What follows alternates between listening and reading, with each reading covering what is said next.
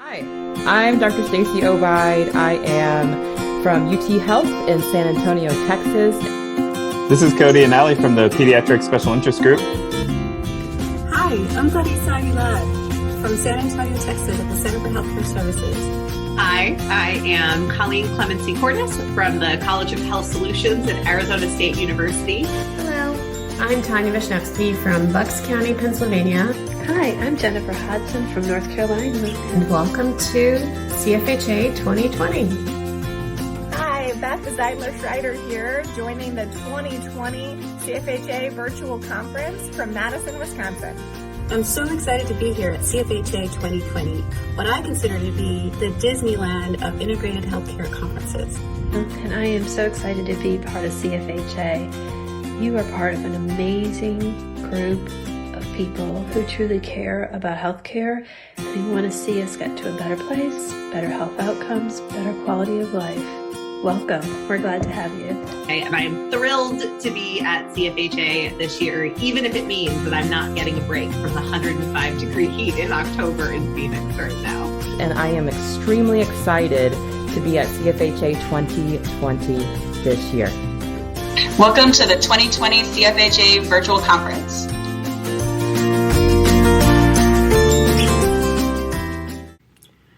Yes, I'm giving the CEO welcome in a hoodie because it's 2020. It didn't feel right to put on a suit and tie for 2020. This may be the only CEO welcome I ever give in a hoodie. Maybe not. Maybe we'll start a trend. It's been a hard year. And the good thing is that sometimes hard times tell you more about yourself than the good times. We've been through some hard times in 2020. And we still have some ahead. But the good news is that what we've learned about ourselves is encouraging. More than encouraging, I would say historic. The pandemic and the disruption it caused, along with the turbulent political waters and the ongoing fight for justice for Black people everywhere, have been and are foundation-shaking events. No doubt about it. And yet, here we are. Yes, here we are. The work that we all do each day and have done for the last few decades in making better sense of patient care, one warm handoff at a time, one phone call at a time, one research study at a time, one psychiatric consult at a time, one C-suite strategy meeting at a time, one curbside consult at a time, all this work has paid off. Instead of eroding the foundations of the team care work we've been building, this moment proved that the pillars we have set are strong and vital to the future of healthcare delivery in the United States. Yep, we are here. More than that, the way we got here says a great deal about who we are. In an age when character and community are sometimes in short supply, this community came together and actualized its values of a collaborative spirit, ingenuity, flexibility, social justice, and a desire to be the ultimate team players. In short, we cared for one another. I will forever remember the kindness of each person who posted on the listserv during the early days of the pandemic, providing helpful ideas or at the very least commiseration. And I will always remember the words spoken at our community meeting on race and equity and the unified voices of members in support of Black Lives Matter. And I will always remember this conference, because I know that coming to CFHA's annual conference is a sacrifice of time and money, and never in our history have we been as strapped for either of those. I know that many of you made personal sacrifices without continuing education funds from your workplaces or time off to be here. And that means a great deal to us and gives us confidence that we as staff can continue to serve you all well into the future. So yes, we are here. We proved that we were ready for the moment. And now we gather to re-energize ourselves for the next moment. We have a lot of work left to do. Our integrated care teams, our efforts to strengthen primary care and other systems of care we find ourselves in will be crucial in the coming months. As patients find themselves stressed by the pandemic over the winter, we will need to be ready. As vaccines become available, we will need to prepare our teams to educate and engage patients proactively. as patients of color fight the good fight, we will need to stand right there with them. In fact, we should be ahead of them. And as things go back to quote unquote normal, we will need to be ready to say, not so fast. For we have never been about the status quo. We have always been system thinkers who ask dangerous questions about about how the healthcare system is designed and whether it serves the needs of patients and their families. We don't want normal. We've been preparing for a more just, more holistic healthcare delivery and payment system for years. We are ready for this moment. I know that we would have all preferred to be together in person, and certainly we look forward to next October in Madison, Wisconsin. And yet I have no doubt that you will leave this time re-energized and ready to meet the challenge 2020 has laid out for us. Yes, we are here. How good it is that we are here. Thank you. All right, I think that guy has a future. He's pretty good. I'm so happy to be here with you all. I can't tell you. I want to introduce our conference co-chairs here because they were just so awesome in switching from thinking about a Philadelphia-centric conference to switching to a virtual conference. So to just say a few words of welcome, I'd like to welcome Heather Cluzarets, the program co-director at NCIBH. Heather? Thank you, Naftali, and welcome everybody to CFHA 2020. Myself and my conference co-chairs, our hearts are a little bit broken that you are not with us here in Philadelphia because we love our city so much and we would like nothing more than to be going out and visiting our amazing dining scene that we have and showing you our beautiful city. But we'll have to save that to the next time when you can be here in Philadelphia in person. I'm excited to see all of the faces on the event today and to have all of you here with us. I wanted to speak just a little bit about our conference theme and why we chose our theme, Strengthening Integrated Care to Meet Complex Needs. And you might think to yourself, wow, that is an amazing conference planning committee. They clearly had a crystal ball to what was, and we're looking in that crystal ball to predict what our state would be in October of 2020. But we didn't. We certainly had a mind to the pressures on primary care and the opportunities for primary care and integrated care. We were aware of and wanted to promote the increasing leadership role that primary care has, the central role of primary care and integrated care, and the increasing recognition in health systems nationally of the importance of primary care and integrated care. We were mindful that many of you across the nation are the leaders in developing new models to care for patients with complex social and medical needs. We had also at the forefront of our minds the ongoing opioid crisis and the central role of integrated care in meeting the needs of patients who have opioid use disorder. But we didn't have a crystal ball to predict how important primary care and integrated care would be right now at this point in time. We weren't predicting the shadow pandemic that many are talking about around the nation when we get to a point where we return to our new normal, the long-lasting effects of the pandemic and the needs of our patients, their complex social, emotional, and medical needs, and the important role that we will all play.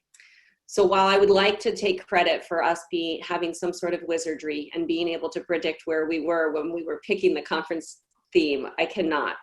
I do know that when we were picking that theme, we knew that we were going to be bringing together a group of folks who were poised to lead in meeting those needs of our patient populations. And I'm excited to be with all of you today. So thank you for joining us. Thank you for coming to the table, being ready to think and learn and get excited about how we meet the needs of our patients. And thank you for being with us throughout the conference.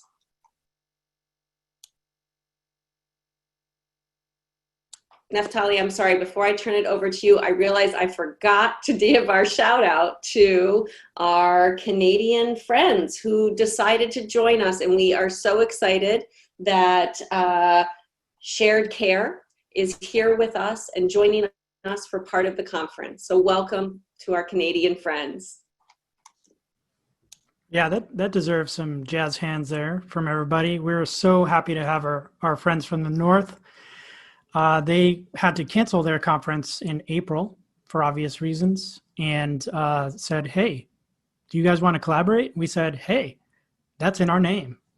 So we're happy to have our Canadian friends. And you can find Canadian sessions marked, actually, with a special logo, Shared Care logo there. And I love all the chat hoopla welcoming our Canadian friends as well. For some reason, I'm not sure exactly why, but lots of Americans are fans of Canada these days. I'm not, I'll leave that up to you to figure out why. All right, so here we are. And today's plenary is what it is, what I said it was before, a reflection. What we're going to do here with the plenary experience is we're going to have each of our panelists here. They'll introduce themselves as in their videos. We've got a video for each of them, just a brief reflection that they put together on the intersection of COVID-19 and the Black Lives Matter movement. A place for you to hopefully connect. A place for you to, my goal is hopefully that at least one or two people here cause a resonance in you that helps you to feel like, yes, that's where I've been this year. Yes, that's where I feel like I am now. And then once we're done with all the videos, then we're going to come back together as a group and talk. We're just going to talk out specifically about where we go next. Where does this moment take us next? And we're going to challenge each other in an open conversation around that. That includes you all. So we're going to start with our board president, Andy Valeris. And Andy, I just want you to just take a moment just to introduce your video, and then we'll get your video playing. Sure. Thank you so much, Naftali. I just want to say huge appreciation to everyone who's been able to come here. This video comes from really thinking about things from a systems perspective. I'm a complexity scientist at heart and trying to make sense of everything just like everyone else and using the tools at my disposal and trying to make sense of this. So it's an attempt at that and putting that lens on how do we make sense of the COVID pandemic and Black Lives Matter and what do we need to do moving forward.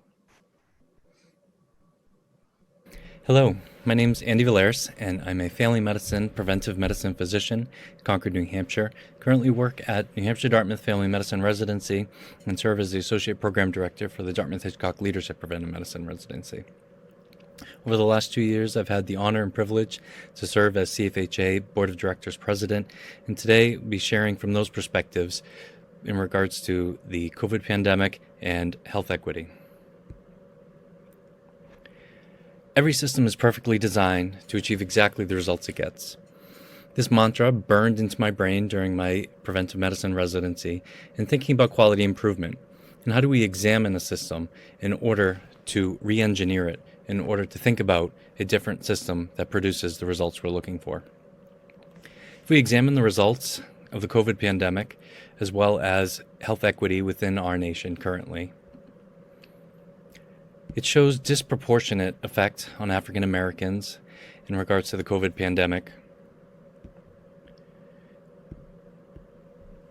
and a known 2.5 times more likelihood of being killed by police. These results often bring an outcry that we need to fix the system, that the system is broken. If we're thinking about things from a complex adaptive systems lens, however, it is not that the system is broken, but rather the system is built to get exactly the results it gets. The system was never broken. It was built this way. This can be hard to understand and can be hard to swallow as a member of the society of why would we want these results. It brings up the idea of wicked questions, starting to think about, well, why would these results be possible? Why is this okay? Why do we continually allow for these results? And beyond that, what can I possibly do about it? What is my role within the system? How am I leading to these results? And what can I do to change them? I think the answer is to lead. And we'll go into detail into specifically, what does that mean to lead within a systems lens? So often, we look to our leaders to pull us out of the chaos, to help us through the crisis, and to get us to the other side. However, as we think about the adaptive problems that we face, is that really the best way to create the system that we all desire? One form of leadership, known as adaptive leadership, which is the form we teach to our family medicine residents and to the leadership preventive medicine residents, is this idea of mobilizing people to tackle tough challenges, but not just to tackle them, to think about how do we thrive while we tackle them. Some of the nuances of adaptive leadership are identifying the difference between technical problems and adaptive challenges. Technical problems are easy to identify with quick and easy solutions. They can be solved by authority and expertise. They require just changes in one or a few places. They have clear boundaries in which they interact. And typically, people are receptive to the technical fix or the solution. And they can typically be implemented quickly. But what we're addressing now with COVID and looking at health equity within our country, it can be difficult to identify what is the actual problem we're trying to solve. It requires changes in values, belief systems, in our relationships, and how we do our work. Oftentimes, the solution has to come from the people doing the work. It has to come from the people being most affected.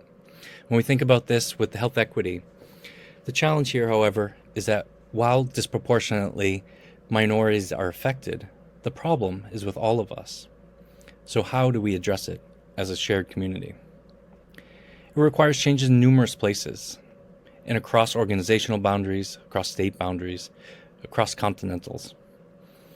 And there's often resistance to acknowledging that the challenge even exists.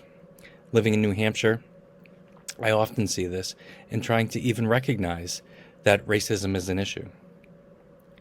And often it requires experiments and little tweaks to improve. The difference between leadership and authority is also important to acknowledge in addressing adaptive challenges. Typically, authority is there to provide a problem and definition and solution, while leadership is required to identify what is the challenge we're trying to face and what are the key questions we need to answer.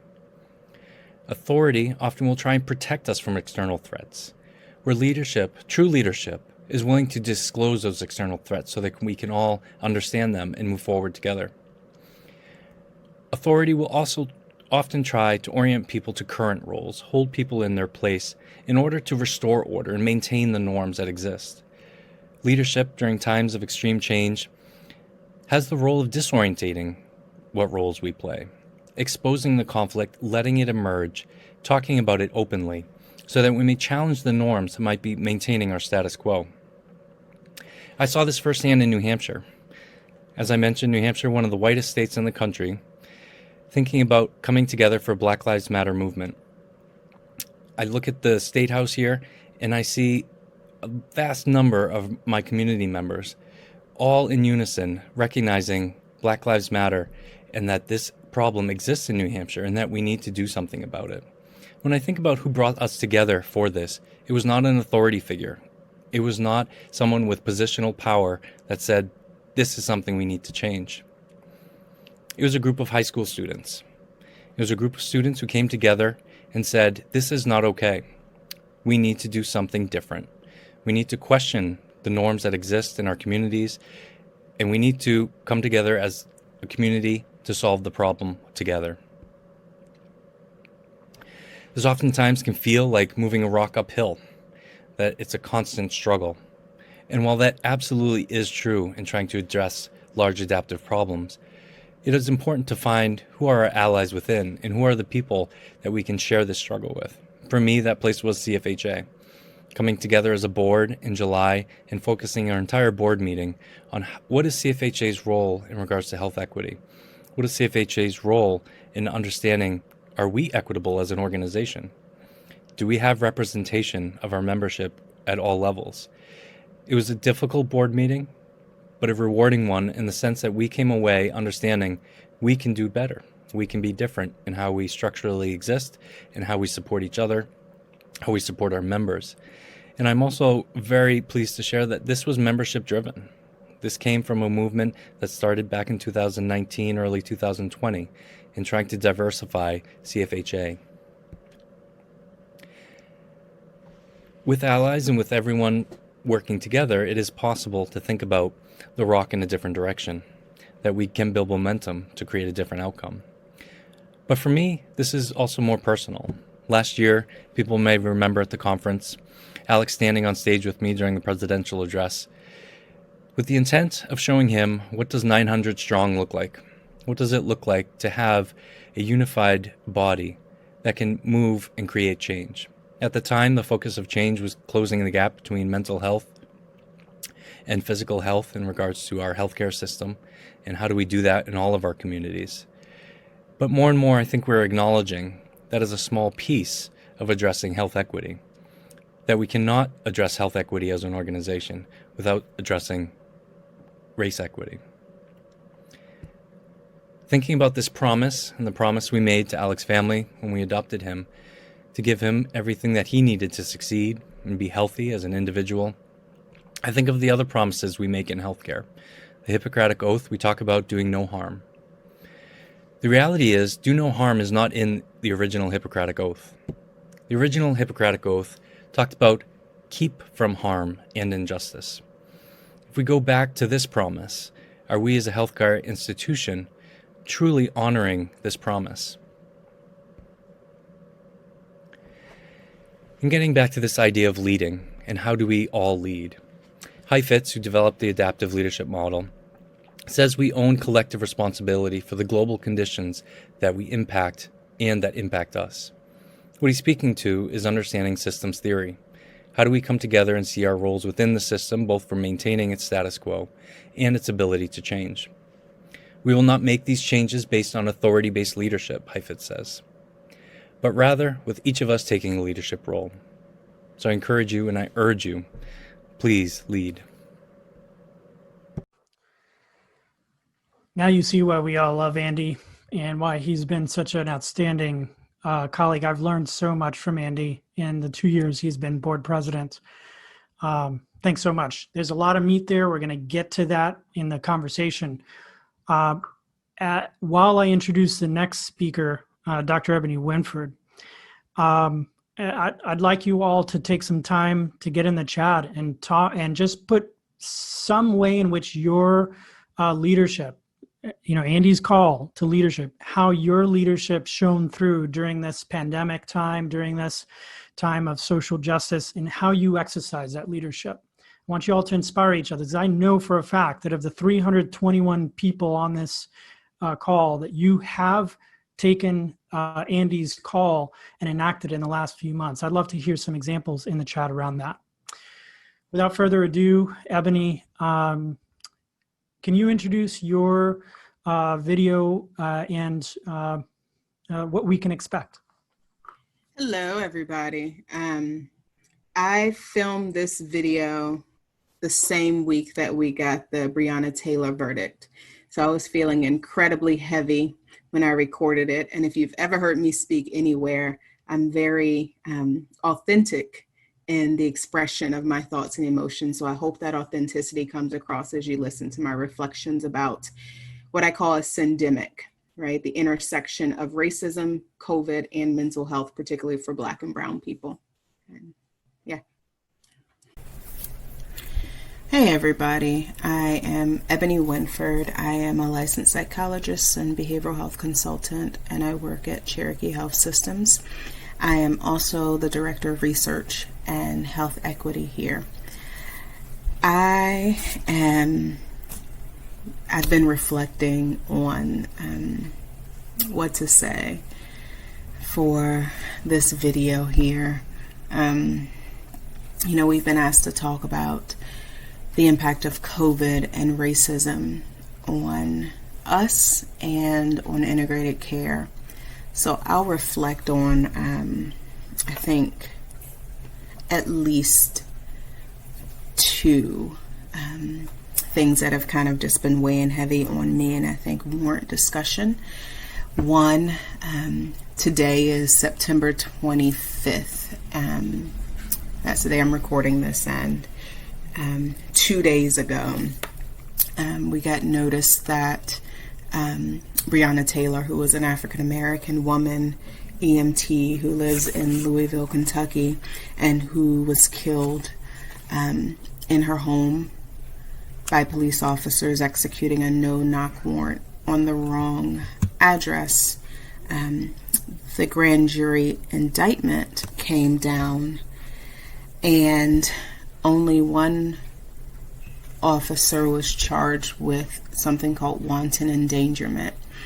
And reading the actual charge and the indictment, Breonna Taylor's name wasn't mentioned one time. The indictment was because a stray bullet could have harmed Breonna Taylor's neighbor, not that a bullet did kill Breonna Taylor. So that's weighing on me. And also the disproportionate impact of COVID on Black and brown bodies. I won't recite any statistics for you because I'm sure you know most of them. Here's what I will tell. I'll tell a story of a patient encounter I had that just really stuck with me. So about a month or so ago, I was meeting with a patient who was incredibly tearful. And so I met with her on demand during her medical visit. And then within the first couple minutes of, starting the appointment, she says, I just buried 3 family members within the course of 3 weeks. She lost her brother, her mother, and her father, all within about 18 days, all living in the same household, all Black, all due to COVID. And as a psychologist, as a clinician, we've been trained to create this blank slate of a face and to be very cautious and discerning about when and how we display emotional reactions, countertransference reactions. In that moment, all that just went out the window. I was so deeply moved by that patient's experience that I tried my hardest to hold it together in the appointment. I failed. And then I had to come back here to my office, and I really did lose it. And it just got me to thinking that, I like to think of this as a syndemic, right? So we think about a syndemic as multiple epidemics that come together, and the collective impact of those things just really cause disruption and impact things. So we have racism, we have COVID, and we have, particularly for those of us in healthcare, we have the effect, the mental health effect of that on us. And as a Black woman psychologist who is living during this pandemic and seeing people who look like me dying, seeing people who look like me being murdered in real time at times, right? The syndemic is that I'm tired. Those who look like me, we're tired. There's no other way to put it. And so when asked to reflect on this moment and this time, I have to say it's exhausting. It is exhausting. There's no other way to put it. And and I have to give a shout out because I've tried to wear an empowering t-shirt pretty much every day. This is I'm Gonna Win. If you don't know about it, look up Diana Ross and the tennis photo shoot when she's wearing this shirt. And I have to believe this, especially during this time, that we, our nation, we're going to win. But those are my reflections on this moment, my transparent, raw reflections on this moment. And I look forward to hearing our collective reflections on this syndemic and the impact of all of these things on us. And yeah, thank you, Ebony, for those moving words and your sharing of that. I'm just appreciative of the ability to experience that with you. So thank you. And I know that, well, I'm looking forward to digging into your thoughts about how we move forward in the conversation afterwards. All right. So we've actually gone from the Northeast to the South. Ebony's in Tennessee. Now we're going to go all the way across the country to Dr. Jeffrey Rang. Jeffrey, why don't you tell us a little bit about your video and what people can expect? Thanks, Naftali. It's a little hard to speak, Ebony, after so much hurt and pain.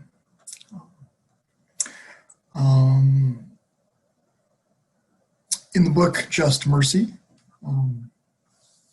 Brian Stevenson talks to us about the way forward through proximity.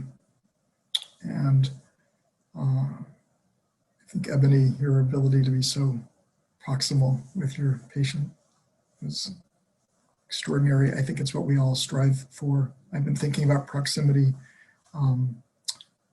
my own as a white man, to the larger problem of white supremacy and race. And that's what I tried to think and talk about a bit in my piece.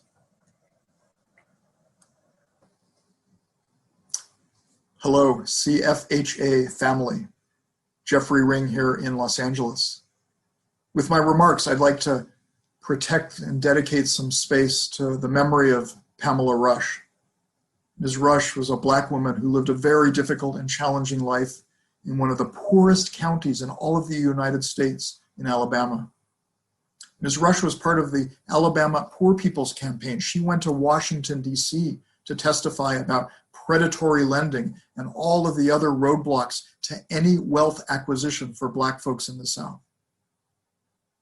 Ms. Rush died just a few months ago from COVID-19. This is what her obituary said. The virus, like a heat-seeking missile, zeroed in on Pam. The intersections of poverty, environmental injustice, climate change, and racial and health disparities placed multiple targets on her back. Heat-seeking missiles, targets on her back. Disturbing imagery, but helpful, I think. Is it not incumbent upon us as we meet patients in the course of our clinical work to better understand what targets they have on their back and where they came from? Is it not incumbent upon us to understand the social lesions that led to the health and mental health challenges they present? Moreover, there's some important questions for myself as a white man. Who places those targets on whose back? On whose back do I place targets? What do I do to keep those targets in place? What are the ways that I benefit from others being targeted? Is that not, after all, the foundation of white supremacy? What are the ways that I collude with keeping targets on other people's backs by my silence and my inaction? Where is my civil rights compass? And is it laser focused and influential in what I say and how I act?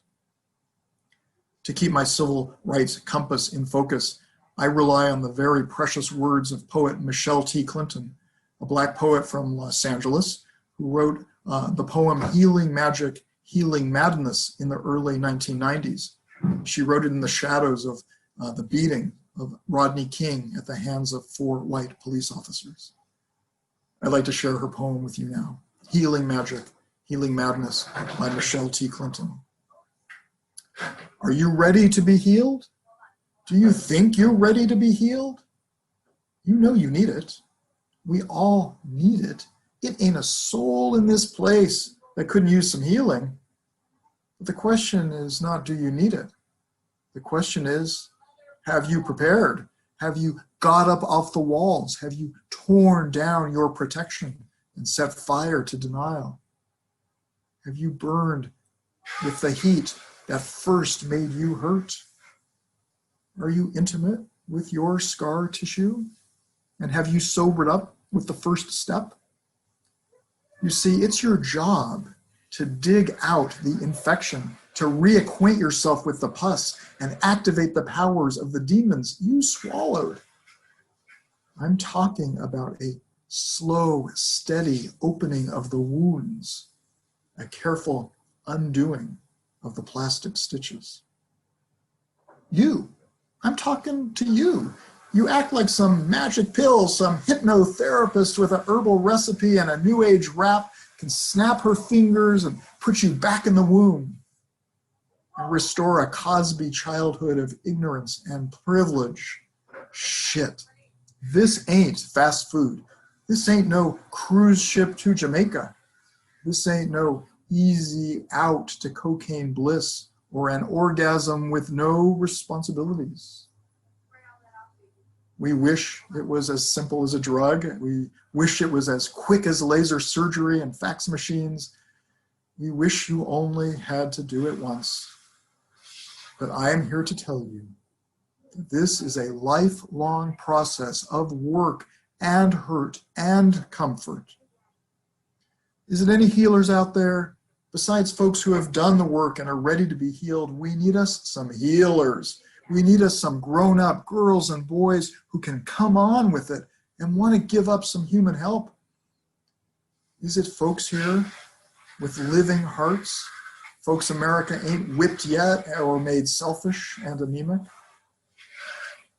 Anyone ready to name and confront evil?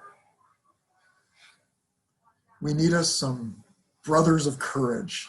Not no red badge of courage, not no go to war and kill a stranger courage, not no ready for battle with men on the other team courage. I am looking for brothers who want to name and disembowel the hard evil that tried to ruin so many of us. We need the heartbeat of a healthy father, the eyes and hands of a birth mother.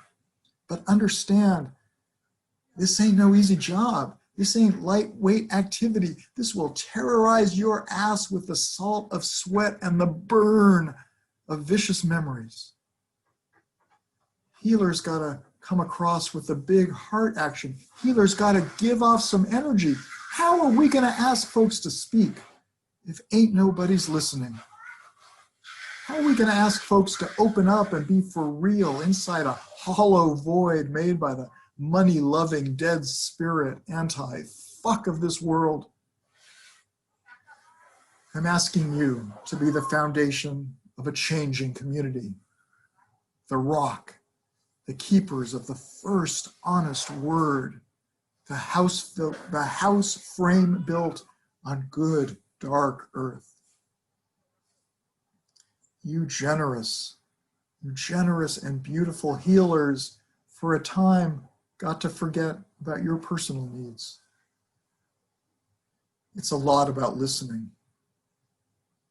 It's a lot about absorption. It's about keeping your eyes open and no blinks and no lazy blindness and hearing, however horrible, the whole ordeal, like you're doing now.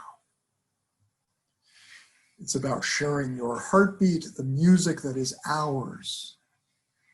It is about rocking. It is about together. Together we can be whole. Thank you.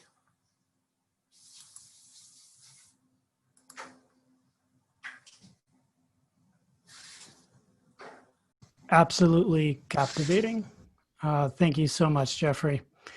It's hard to move on, guys. I'm having a hard time just sort of transitioning. My heart is like skipping a beat with each of you, sharing your hearts and just connecting personally to the roller coaster of feelings that we've all experienced during these last few months. So thank you so much, Jeffrey. Well, from one beautiful person to another beautiful person, my friend Monica Harrison, fellow North Carolinian, social worker extraordinaire. Can you cue up your video and what people can expect? Well, I don't want to go after Jeffrey. I am like stuck. Like everybody has had something that has resonated with me. And so I'm like, even though we're on a panel together, what you all don't know is that we did not watch each other's video ahead of time. So we are experiencing it the same way as everyone else. I honestly cannot even tell you what I was talking about in my video, other than just from a family perspective, being a mom of 5 boys, working in the healthcare system, just the continuous journey that I'm on as an individual that gets tired, but then understands that I need to be in communication and push through in order to make change or be a part of change. So I'm sure it was around that struggle because it's a daily thing. It doesn't stop. Hello, everyone. Thank you for joining us for the panel discussion today. My name is Monica Williams Harrison. I am a licensed clinical social worker that has been working in integrated care for about 16, 17 years now. I utilize the pronouns she, her, and hers. I am currently serving on the National Association of Social Workers National Board. I'm also a CFHA consultant, which is exciting. I also do some consulting work and work with a healthcare system doing integrated care, collaborative care work. I appreciate being asked to be a part of the panel. It's really exciting. And what I will tell you is that Black Lives Matter and COVID-19 have crossed sectors all across the board. So it has come up routinely in many of the arenas that I work in. And so I've had direct experience with that.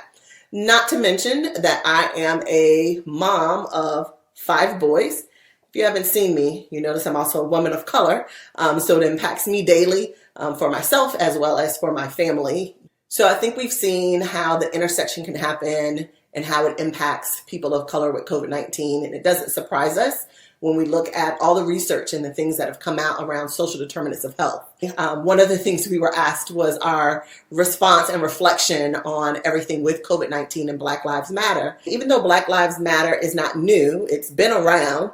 It's just getting some additional traction because of all of the things that have been happening in the videos that we have been seeing of violence against people of color. Now that that is happening and people can see that we have an outrage, I'm looking forward to individuals having an opportunity to, yes, discuss and reflect, but also an opportunity for action. I think that there are changes that need to take place on a systemic level. I've seen it in the healthcare system, in the education system, even in some of the legal system things that I've been participating in. So it's time for some change, not just talk of change, but actual action. And I think it goes down to policies and procedures. You know, oftentimes things happen in the news and I see the violence because I do watch the videos that come up, and instantly I need a day of kind of reprieve of it's no longer a good thing to think about being Black in America. So I call it sometimes I'm having a Black in America day because it becomes exhausting. At the same time, I recognize, as I'm also a part of a clinical team, the importance of being able to have those discussions. And in order to do that, I sometimes have to sit some of my really raw emotions to the side in order to have a productive conversation with my colleagues or other individuals that I'm on boards with and some of the other endeavors. So what I find is that it can be challenging. Individuals want to feel comfortable, and none of us, I think that's normal, none of us want to be uncomfortable. But I find myself in situations where I'm going to at least bring it up. It's going to be a topic of conversation. I'm going to ask in meetings, how is this impacting people of color? Where's the data on this for people of color? I've also been in a session or had conversations with patients in which they express the need to be able to be in conversation with their clinician and how great it is for them to not have to explain some of the jargon and the slang that they use, with the understanding that the clinician that they're talking to, who is usually a clinician of color, that they get it, or even if not a clinician, just the staff member of color, that they get it, and the comfortability with that. At the same time, I think that as a healthcare system, we sometimes have fallen short, myself included, because I'm not perfect just because I am a person of color. I think we sometimes have fallen short with making sure that we actually see our patients for who they are. So those things are really important, and those are some of the things that the clinician team that I'm a part of, we have discussions around. Most of the other individuals on the team with me are not people of color, so I have to sit my some of my raw feelings to the side and be willing to come to the table for conversation and for advancement. Now, I don't get it right every day. There's some days I'm not feeling it, and in those days, I don't touch it. And I'm in a place where I feel comfortable enough to say that, but that is not the case necessarily for others who are people of color. There are other people of color that feel comfortable sharing their story, and it's impactful and it gets people to listen. And then there's other people of color who are exhausted and tired and don't want to share their story. So it's that full gamut of experiences that everyone is having, and that we all need to be aware of. What I do think is really important is not to just assume because you've hired a person of color, or, oh, we have lots of people of color on our team, that there aren't things to address in terms of your policies, in terms of your procedures. And just because you have a person in a role as, let's say, equity director, I see a lot of that popping up now, that there are particular positions around that, and they are typically hiring people of color, which I'm happy about because at least those are jobs in leadership and administrative positions.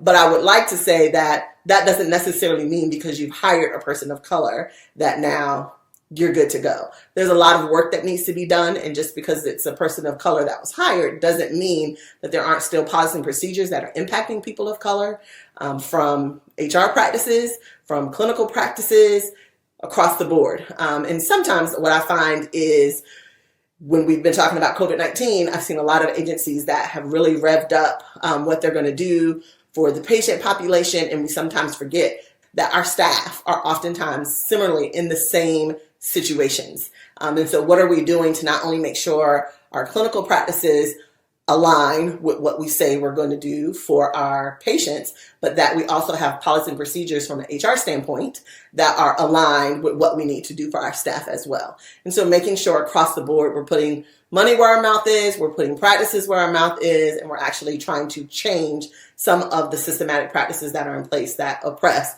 people of color and people who are showing up with experiences around COVID-19. Thanks so much, Monica. And, I want to put a pin in something you said that I felt like was really such a simple to do that I think we can take with us, which is just ask the question. You said in one of the, just ask the question, how does this thing we're working on impact or is impacted by people of color and the populations we serve and in the thing we're going to do. So just such a simple question that I think, embarrassingly enough, I think many of us have just simply not asked. We've asked if it came up, but we have not asked proactively. Just asking the question. Thank you, Monica. All right. Our last speaker, you've heard his dulcet tones on our podcast. He's also a CFHA board member. Deepu George. Now, Deepu, I know you were having some Wi-Fi issues. Are you back on? Beautiful. You're back on. So why don't you cue your discussion video? All right. Now, if Monica didn't want to go after Jeff, imagine my plight, right? Like after all of these illustrious speakers, thank you to my colleagues for speaking from their heart and moving us. And I reflect from the context of the community that I have adopted, and the community sort of adopted me for the past 6 years or so, the Rio Grande Valley, to learn a little bit more about it. I think at the heart of COVID-19 and Black Lives Matter, fundamentally is the issue of dignity. Who has it, who doesn't, and can we begin to rewire the systems to safeguard dignity where people do not have to explain themselves to live. And that's sort of the reclaiming dignity piece of my talk or reflection.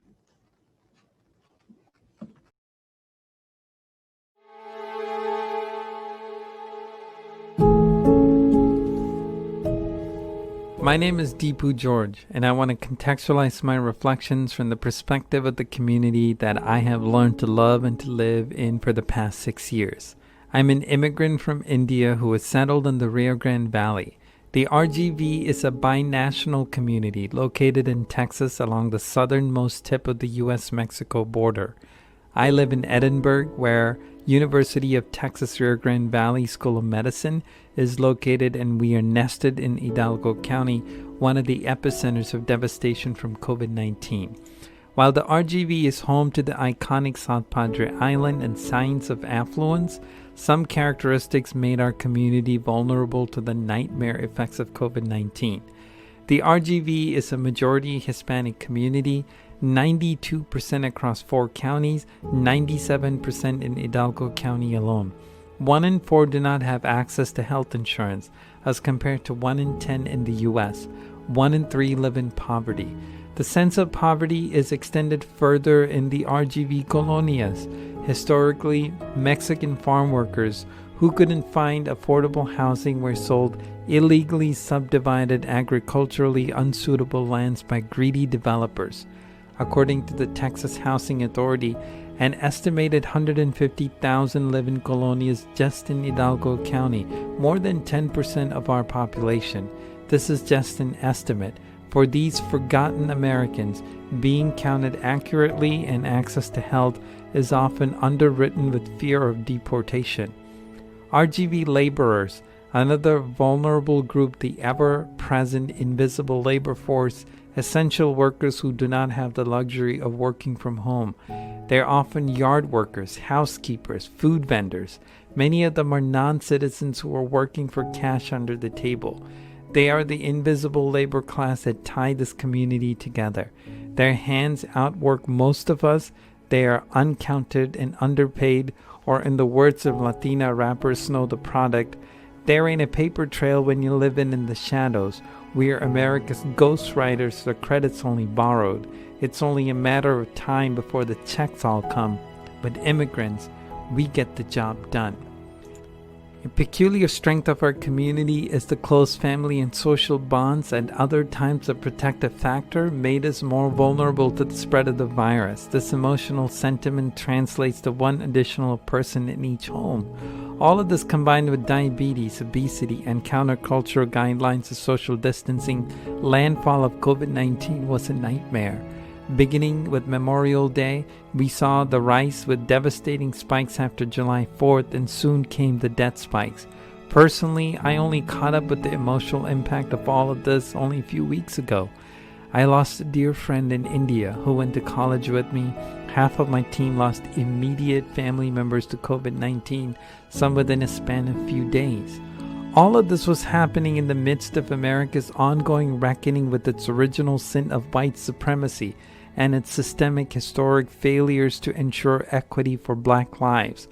While the Rgb is more conditioned to effects of racist policy towards immigrants, in my conversations, the community is waking up to stronger bonds to safeguard Black dignity. At the heart of failed social policies in COVID-19 and repeated failure to deliver justice for Black lives and immigrants is the issue of dignity. The right to exist without explanation, that just being here alive is enough. Activist Sean King often says, our justice system is not broken, it is designed to work exactly the way it is, which disproportionately incarcerate and snuff out Black, immigrant, and minority lives, a mechanism where a 12-year-old Black child is shot because he is a threat, but white perpetrators of hate crimes and militias are escorted peacefully.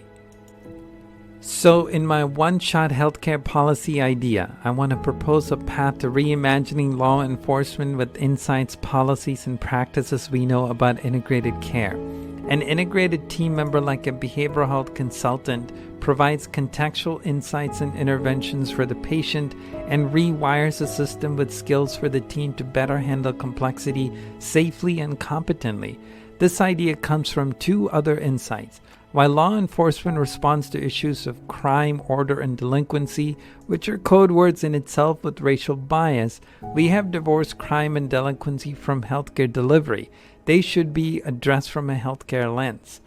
Second, a major part of U.S. military efforts overseas include community building.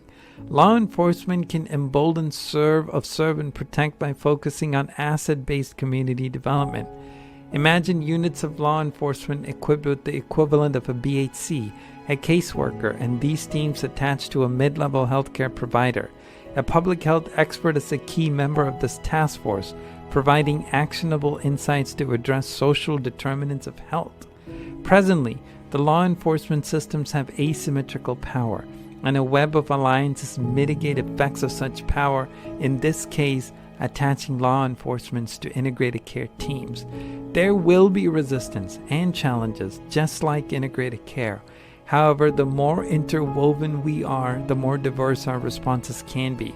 To address ill effects of asymmetrical power such as racial bias and police brutality, we must rewire the system for the persons in it, or change their context. Presence of an integrated team will serve to perturb the homeostasis, allowing for better context for response and awareness. Integrated care design law enforcement, therefore, is a systemic intervention that changes the context in which law enforcement is delivered.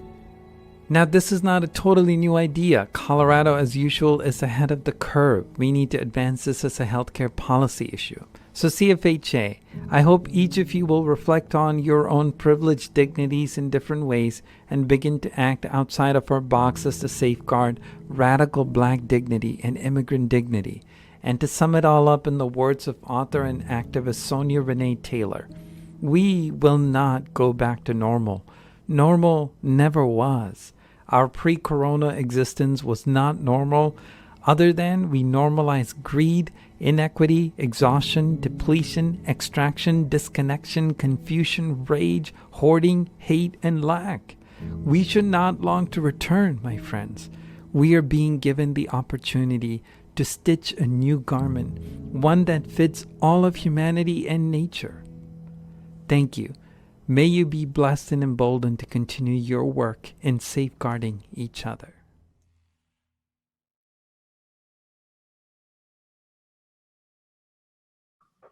So I want to thank all of our presenters. And I think I speak for the folks in the audience who are posting in the chat now and have been for a while.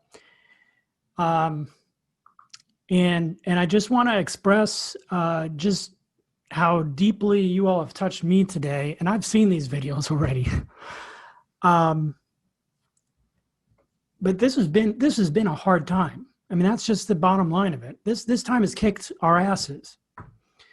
And to hear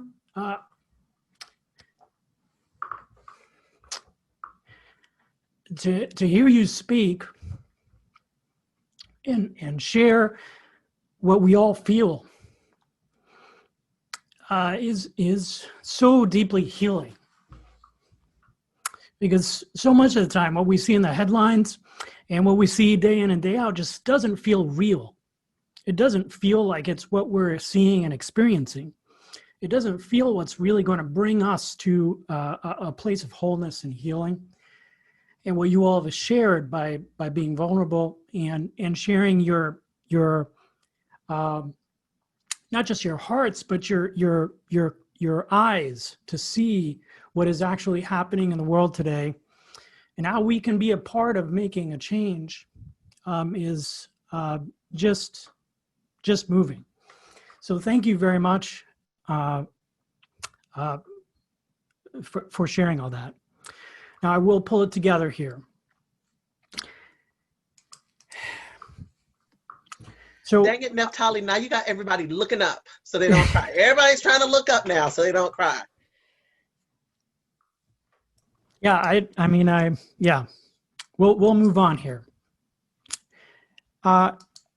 we're going to have an open conversation here, and I want to implore the folks in the chat to continue to share in the chat. But I want to throw it out to our group here to talk about moving forward. We've had actually some really great ideas about some specific ways in which we could exercise leadership. That we are not a disempowered community, that actually we have a position of power, whether it's from our specific leadership position, whether it's from just being where we are located in healthcare. So I want to throw this out to the group about how we keep the system that Andy and several others have noted. It's not broken. It's actually doing exactly what the system is designed to do. And when I say system in this case, I'm speaking specifically our wheelhouse of health equity.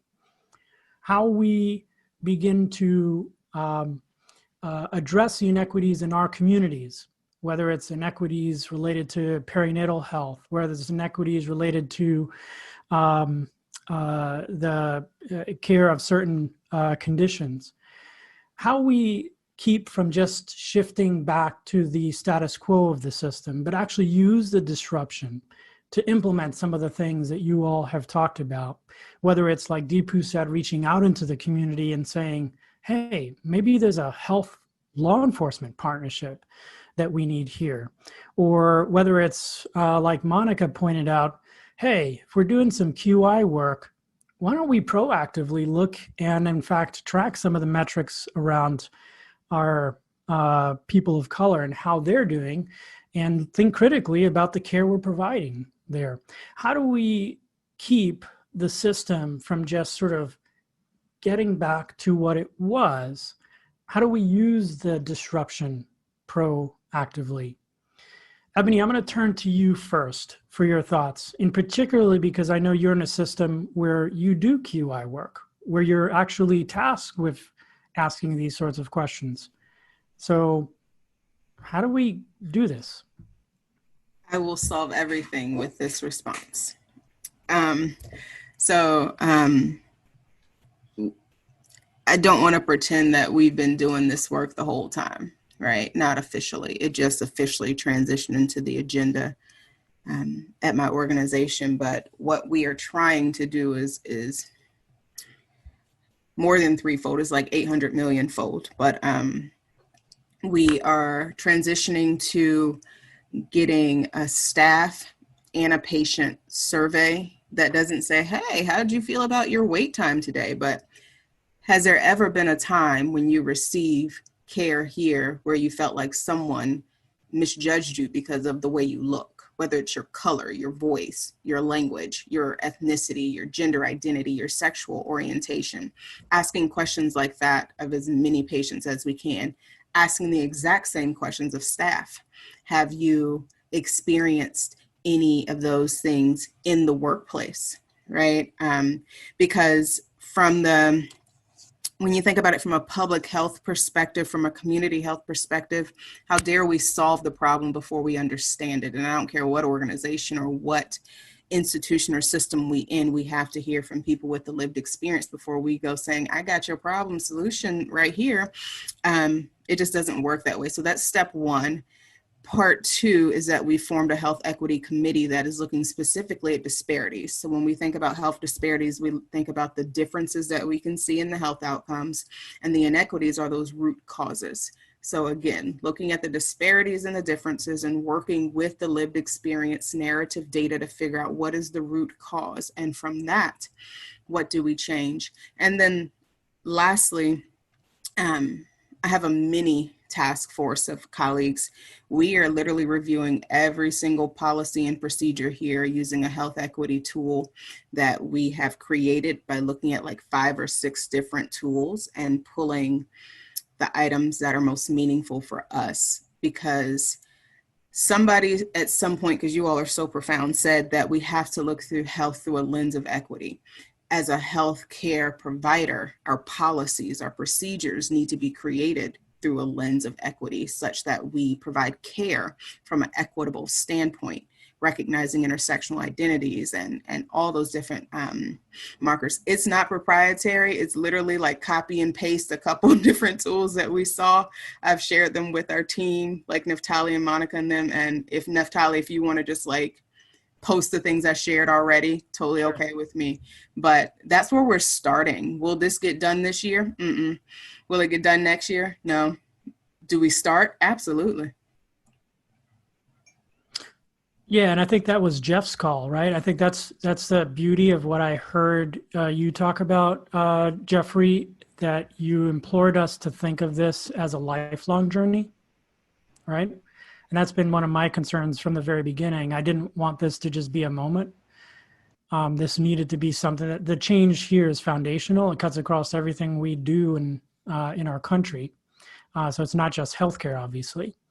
So I appreciate that there is no sort of one and done thing. I want to turn to go ahead. You said we could talk over each other. You know, I agree. It's not just a moment. It needs to be a movement. It's one of the things that in my office I have a little sticky to remind myself, especially when it becomes a little bit more overwhelming than normal. You know, I was just also thinking about the individuals who do not feel like they are in an administrative or leadership role. Like I remember starting out BHC, not a whole lot of say about what happens or doesn't happen at a meeting or in my clinic. You kind of do what you're told to do, try not to create too many waves, do a great job. You're trying to learn your job. That it can be difficult to try to figure out what to do and where to fit any type of diversity, equity, inclusion ideas and thoughts that you have. And so I really just wanted to say, for those who maybe don't feel like they can, I call it buck the system.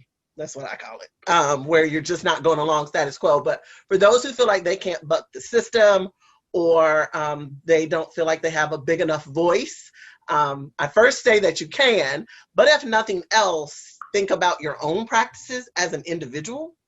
I feel like there are tons of things that we do as clinicians, as behavioral health providers, as family members, you know, even taking it outside the context of the healthcare system. There are tons of things that we do on a daily basis that impact people of color negatively or positively. Right? It kind of depends on what we're doing. So I think it's a great time if you don't feel like you have the voice, a big enough voice, or it makes you too uncomfortable. I still say sit in the uncomfortableness, but you know, okay, it makes you too uncomfortable. What are some of the things that you could do in your daily practice with your patient population, with the team that you are on, and the conversations you do have with colleagues or other members in the clinic, those relationships that you do feel comfortable. And I say comfortable in terms of safe, right? Because there's an element of needing to feel safe in order to really have some raw conversations. And so pick those areas with those individuals and start to have conversations there, if nothing else. I want to bring in, thank you for that, Monica. I want to bring in Andy. And Andy, I'm going to just cue this up for you like a little softball so you can hit it out of the park here, okay? Because I think this is, Andy and I have had many conversations over the last couple of years around complexity science. As he introduced himself, that's his area of expertise, other than leadership development, which is another great area he brings. And as we've talked, it's become clear to me that looking at this issue from the lens of complexity is going to be huge going forward. In other words, these are not simple sort of, if we do X, then we will get Y type problems. And these are not even really multifactorial type situations. These are ecosystems we're looking at.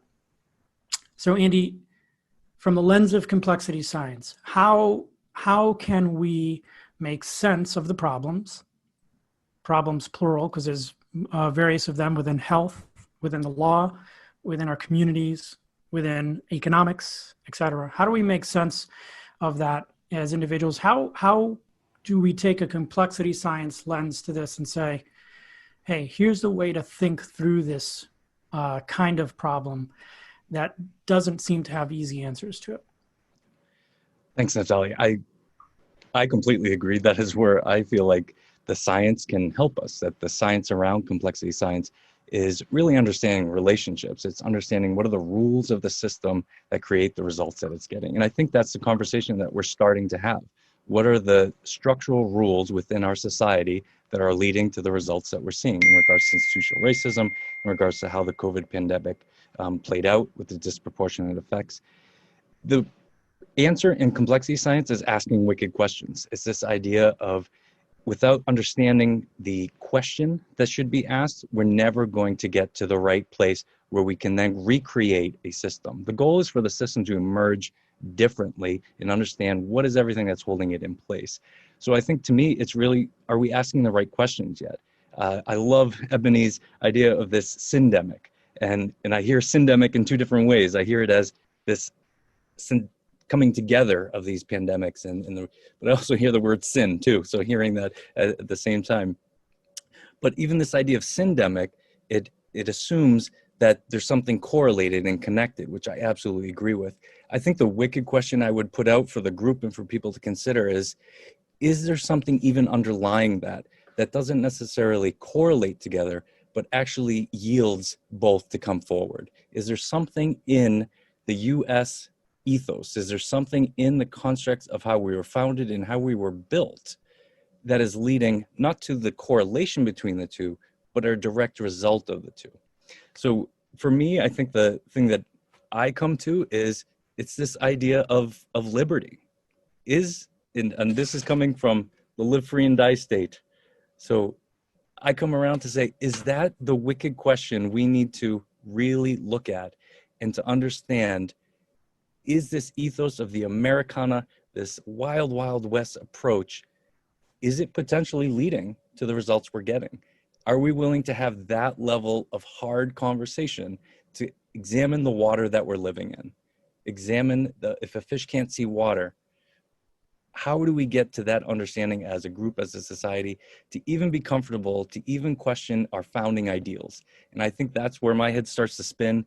And I go back to listen to all of you to say, help me make sense of this. And part of complexity science is understanding different perspectives, how other people are seeing it, so we can start to understand the environment we're living in. Absolutely. And, Frank J. posted in the chat here about, health equity should be a HEDIS measure. And nice point, Frank. I would actually say all the measures are HEDIS measures. All the HEDIS measures are health equity measures, right? I mean, if we look at those through that complexity lens, we have to start asking ourselves wicked questions around why is it that we continue to struggle with perinatal mortality, a differential between people of color and whites. Why is it that we continue to see chronic illnesses like diabetes or the COVID-19 continue to disproportionately affect persons of color? All these, when you do look at all the HEDIS measures in this way, it should, I think, force you to ask those wicked questions. Like, why is this? What's our hypothesis around this? And it's fascinating to me that we're just now really having some more serious conversations around questions that really ought to be pretty obvious around that. Now, Deepu, I want to bring you in here because you moved us with your suggestion that maybe we have some solutions within some of our learnings around team-based care. And that maybe those solutions extend outside of our walls. And I'm wondering what you think about how we can, because it's hard for us. We're in the trenches. We're seeing patients day after day. It's hard for us to think sometimes about those sorts of things outside of our four walls. What got you thinking outside of your four walls? And how do we start thinking outside of our four walls to think about partnerships, like potential partnerships with the law and with other community members? Well, I think there are lots of things. I think it's sort of, I didn't ask the exact question Andy was asking about how do we question the fundamental ideals with which we stand by, but I started looking at what is happening around particularly state-sanctioned murders and police brutality issues. That has been just so, I mean, it's sickening when a new news cycle comes up, right? Then you begin to think there are all of these legal structures and other things that sort of prevent actual indictment and other things. So like the laws are written to protect and sort of not indict police officers. And there's a lot of things you can go in from the legal area.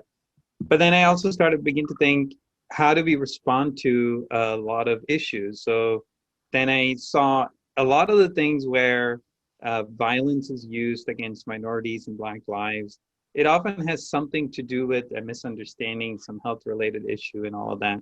And if you look at all the early studies on social determinants of health, where they began to connect neighborhood dilapidation and poverty, et cetera, to low birth weight and all of these kind of things, then you begin to think the things that people are getting criminalized for are actually deeply connected to health outcomes in multiple ways, right? So one is just to say this crime and delinquency thing is not really outside the purview of, it may not be within the purview of our immediate roles, but I was thinking more from a policy perspective and what we sort of espoused in integrated care in the idea of sort of like thinking about every network that matters. So one was just to say those kind of things should come under the purview of health care delivery, not just health in general, right? Not as a concept. And then the other thing is, I think I'm pulling everything else together, but I sort of wrote down this whole value of, I think it was Jeff, or I think Andy spoke about adaptive leadership and stuff, but what it comes down to is understanding informal networks and how networks can change conditions, right? So if you, I think Andy, I lost your video halfway through, but you said a group of high school kids had gotten together to change something. Ultimately, it came because people banded together, right? And so it changed. Integrated care, when we're sort of in our teams, we ask some wicked questions and some really poignant questions that may help the entire team to see the patient more differently. And so when we say, when we look at the law enforcement system, I just thought maybe there is just such a lack of perspective. There's like de-escalation skills, bringing hard conversations to the table. I actually talked to a couple of cops when I was walking around in the park one day that they were walking too. And so we talked about some of these issues. And then they said a lot of their members of the force come back from war and other conditions where they have PTSD. Nobody really talks about it. Nobody goes to get any help for it, right? So then when these incidences happen, they don't have a structure to think about the softer side of things, which actually hardwires them to do more conditioned behavior rather than behavior that is sort of informed by reflection and values and other things. So that's where it sort of like started coming together for me. And then it's the same concept that we think about in family systems. You really want to change your family system, you sort of equip them to do things better. And, you know, how can we infuse the insights that we have into these systems, and maybe that can spark something. Now, it's not, you know, Denver, Colorado, I think they put like $16 million into their budget, and it's been a program that's been happening for the past couple of years. And I had a quote in the video, but I removed it because it was too long.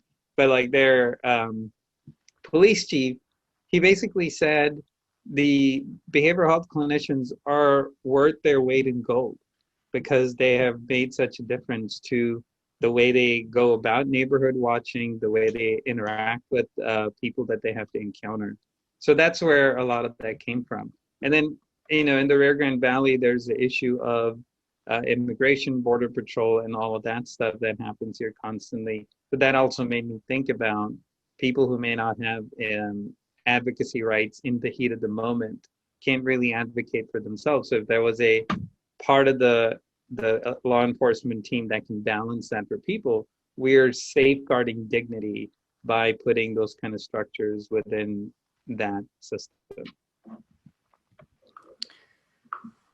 Yeah, so in a way, I see this time as actually having forced us to ask and make those connections and ask those wicked questions, right? I mean, I think that's what the pandemic has done initially. You remember, we're like, oh, wow, essential workers, they're important. As if we'd never noticed essential workers before, right? And we recognize our dependence on farm workers and grocery store clerks, et cetera. And then the murder of George Floyd comes, and we start making connections like, oh man, wow, this is the way that a large segment of our population lives in fear this way, and that affects all of us. And so we start making all these connections between things. And I think that is the secret to what you're talking about, Deepu, that if we do ask those wicked questions, it almost naturally forces us to get more integrated, except that we think of integration in a much bigger sense, right? We're not just talking about the integration of behavioral health and medicine, but we're beginning to think about how does everything we do in a clinic, how does it connect to what's happening outside of the four walls of the clinic, what the patients bring in.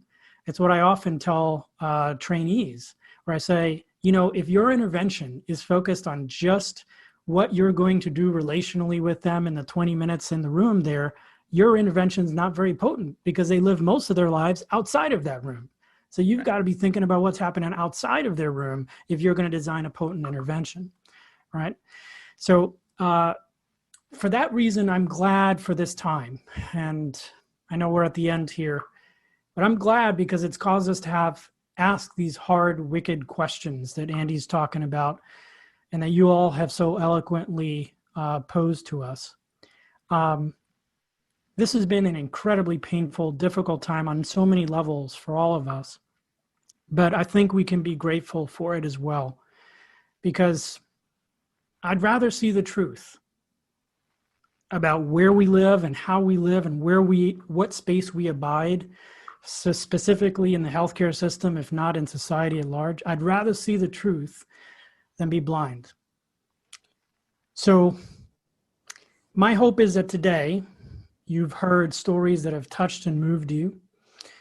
And my hope is also that you've heard some ways in which you can feel like there's not a savior out there, there's not a leader out there that's going to make things all better for you or for me. That actually you and I have an active role to play, to make a difference, to take the mantle of leadership on ourselves, in our communities, in our families, in our homes. I've read through the chat, and there's so many great things that all of you are posting that you have done already in the last 6 months that you would not have done had this opportunity not arisen. So as a community, we can lead, we can make a difference.